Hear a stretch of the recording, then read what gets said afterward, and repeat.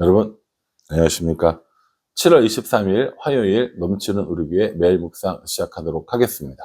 오늘 본 말씀은 예레미야 36장 20절부터 32절까지 말씀입니다.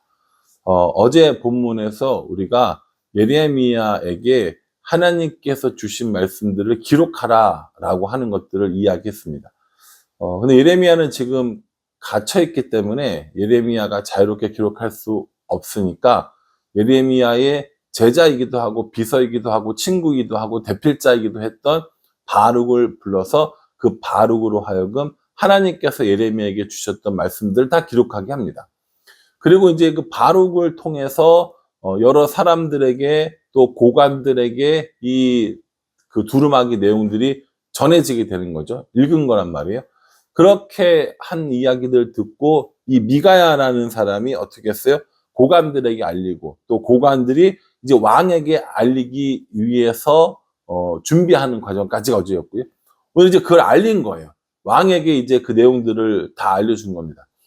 예레미야가 지금 이 하나님의 말씀을 쓴 두루마기가 있는데 그게 지금 어디 있습니다. 그랬더니 왕이 뭐라 합니까? 가져와 봐라 이렇게 얘기합니다.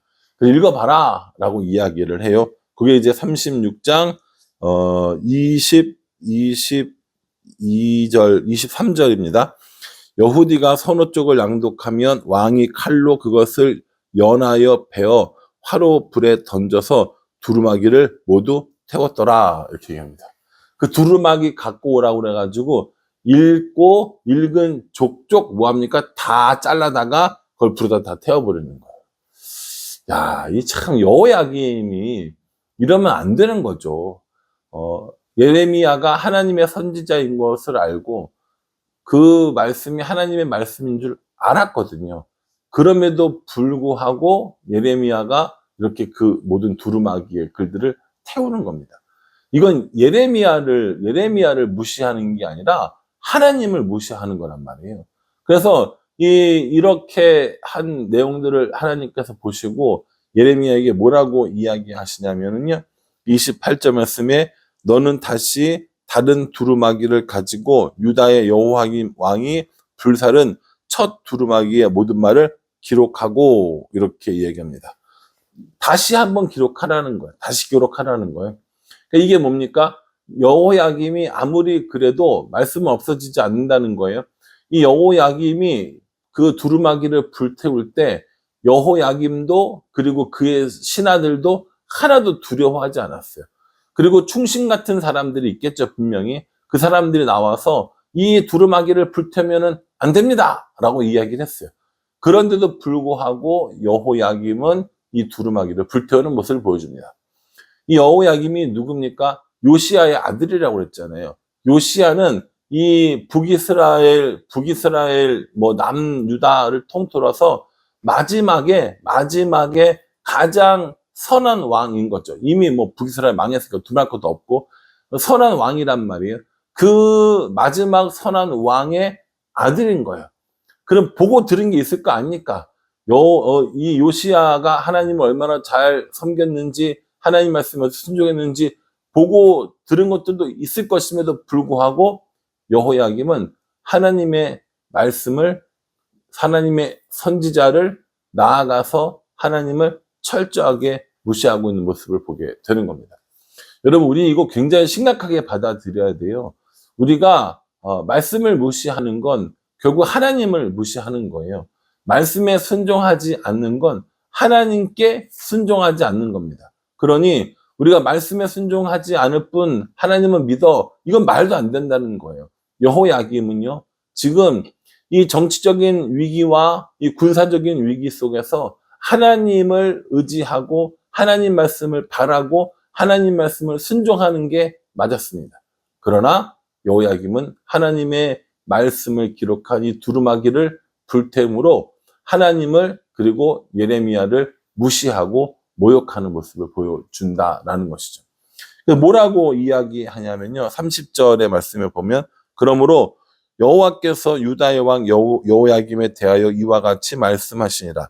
그에게 다윗의 왕위에 앉을 자가 없게 될 것이요 그의 시체는 버림을 당하여 낮에는 더위 밤에는 추위를 당하리라 라고 이렇게 말씀하십니다. 낮에는 더위, 밤에는 추위. 이게 뭡니까? 그냥 이 시신이 버려진다는 얘기인 거겠죠. 그리고 뭐예요? 이 여호야김의 아들로서 여호야김의 아들로서 다시 다윗 왕위에 오를 자가 없다라고 이렇게 합니다. 실제로요, 여호야김의 아들이 여호야긴이거든요. 잠깐 왕위에 올라요. 한 3개월 정도 합니다. 그런데 여호야김의 아들 여호야긴이 금방 끝나고 요시야의 또 다른 아들인 시드기야가 왕에 오르게 되는 것이죠. 그러니까 이 여호야김이 하나님의 말씀을 무시하고 하나님을 모욕한 대가로 이렇게 비참한 최후를 맞이하게 된다라고 이렇게 말씀해 주십니다. 이스라엘 사람들 특별히 오늘 여호야김 왕에 대해서 이 불순종에 대해서 이야기를 했는데, 이건 사실 단순히 여호야김 왕에게만 해당되는 이야기는 아닙니다. 우리도 똑같이 하나님 말씀을 어기고 하나님 말씀에 불순종하고 하나님을 모욕하고 무시한 일을 한다면 우리도 똑같은 사람들이 된다라는 것이죠. 여러분, 우리가 주일날부터 계속해서 어떻게 하다 보니까 말씀에 관한 것들을 이야기하게 되는데, 여러분 주일날 혹시 설교를 듣고 예배를 드리면서 말씀을 다시 읽어봐야겠다라고 생각해 보셨을 거예요. 그리고 주일이 지났어요. 월요일이 지났어요. 오늘 화요일이에요. 여러분 어떠세요? 말씀 열심히 읽고 묵상하고 적용하는 과정들을 계속 하고 계십니까? 아니면 너무 바빠서 너무 힘들어서 못하고 계십니까? 우리가 어떤 일을 하든지 간에 가장 우선적으로 해야 할 일은 말씀을 읽고 말씀을 묵상하고 말씀을 적용하고, 그것이 바로 뭡니까? 하나님을 생각하는 삶이에요. 하나님과 동행하는 삶이라고요. 하나님을 생각하지 않는데 말씀을 읽을 수 있어요? 저는 없다고 봅니다. 하나님을 생각하지 않는데 묵상을 하고 적용을 해요? 저는 불가능하다고 생각하거든요. 그러니까 하나님을 생각한다면, 하나님과 이야기하고 싶다면, 하나님이 우리에게 향한 뜻이 무엇인지 알고 싶다면 말씀을 읽고 지키고 묵상하는 게 맞습니다. 지금 여호야김은 그걸 안 하겠다는 거예요. 여호야김은 들어도 들리지 않아요. 보아도 보이지 않습니다. 그래서 그 두루마기를 아예 태워버린다는 거죠. 근데요, 놀라운 건 하나님께서 이 두루마기를 다시 쓰게 하십니다. 태운다고 태울 수 있는 것이 아니고요, 없앤다고 없앨 수 있는 것이 아니라는 걸 우리에게 보여주시는 거죠. 여러분, 그 예레미야를 통해서 물론 바룩이 쓰긴 했지만 이 쓴 말씀이 사라져 버렸다면, 그것이 끝이었다면 오늘 이 예레미야가 우리에게, 이 예레미야서가 우리에게 전해졌겠습니까?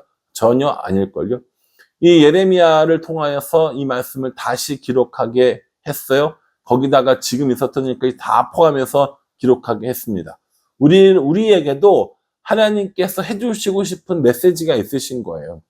여호야김 왕이 그랬고, 아무리 전쟁이 있었고 기타 등등의 많은 일이 있다 할지라도 말씀은 끊어지지 않고 말씀은 사라지지 않는다라는 것을 우리에게 보여주고 계신다라는 겁니다. 여러분, 우리가 말씀을 읽지 않는다고 해서 말씀이 사라집니까? 우리가 묵상하지 않는다고 해서 말씀이 사라집니까? 천만에요. 그런 일은 일어나지 않습니다.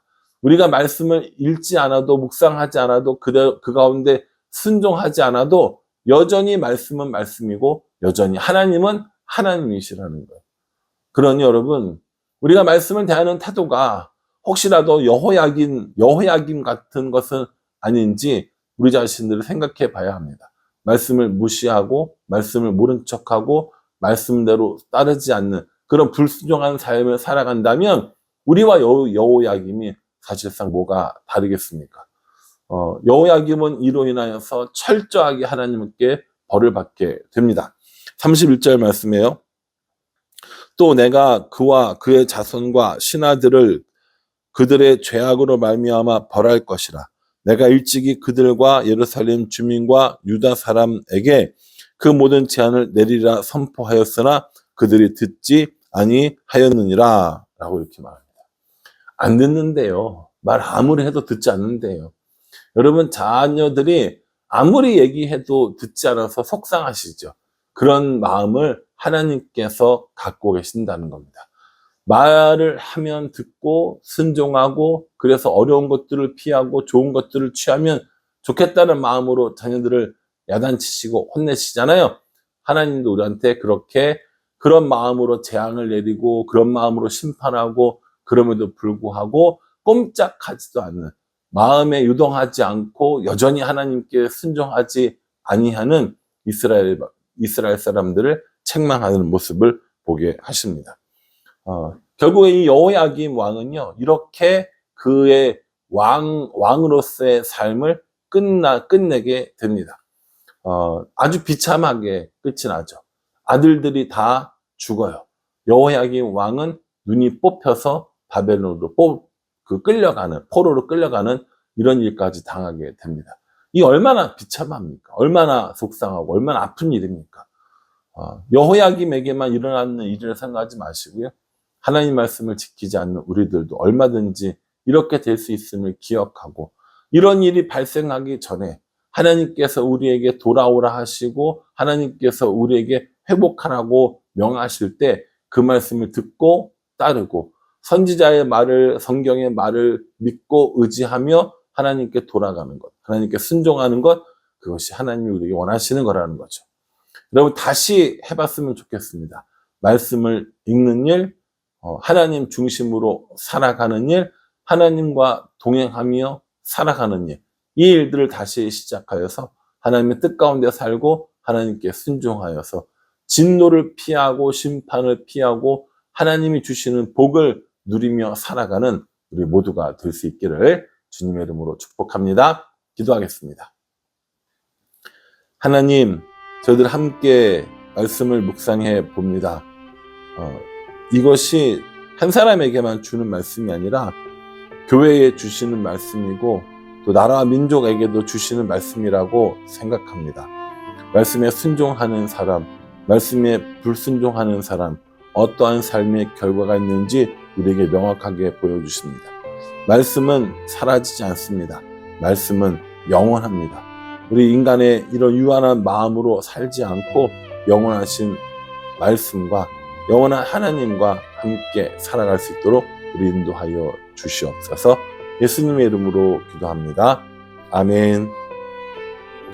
예, 여러분 이 말씀 기억하시면서요, 여호야김 같은 삶이 아니라 하나님 말씀에 순종하는 삶을 살아가는 우리 모두가 될 수 있기를 간절한 마음으로 기도하겠습니다. 감사합니다.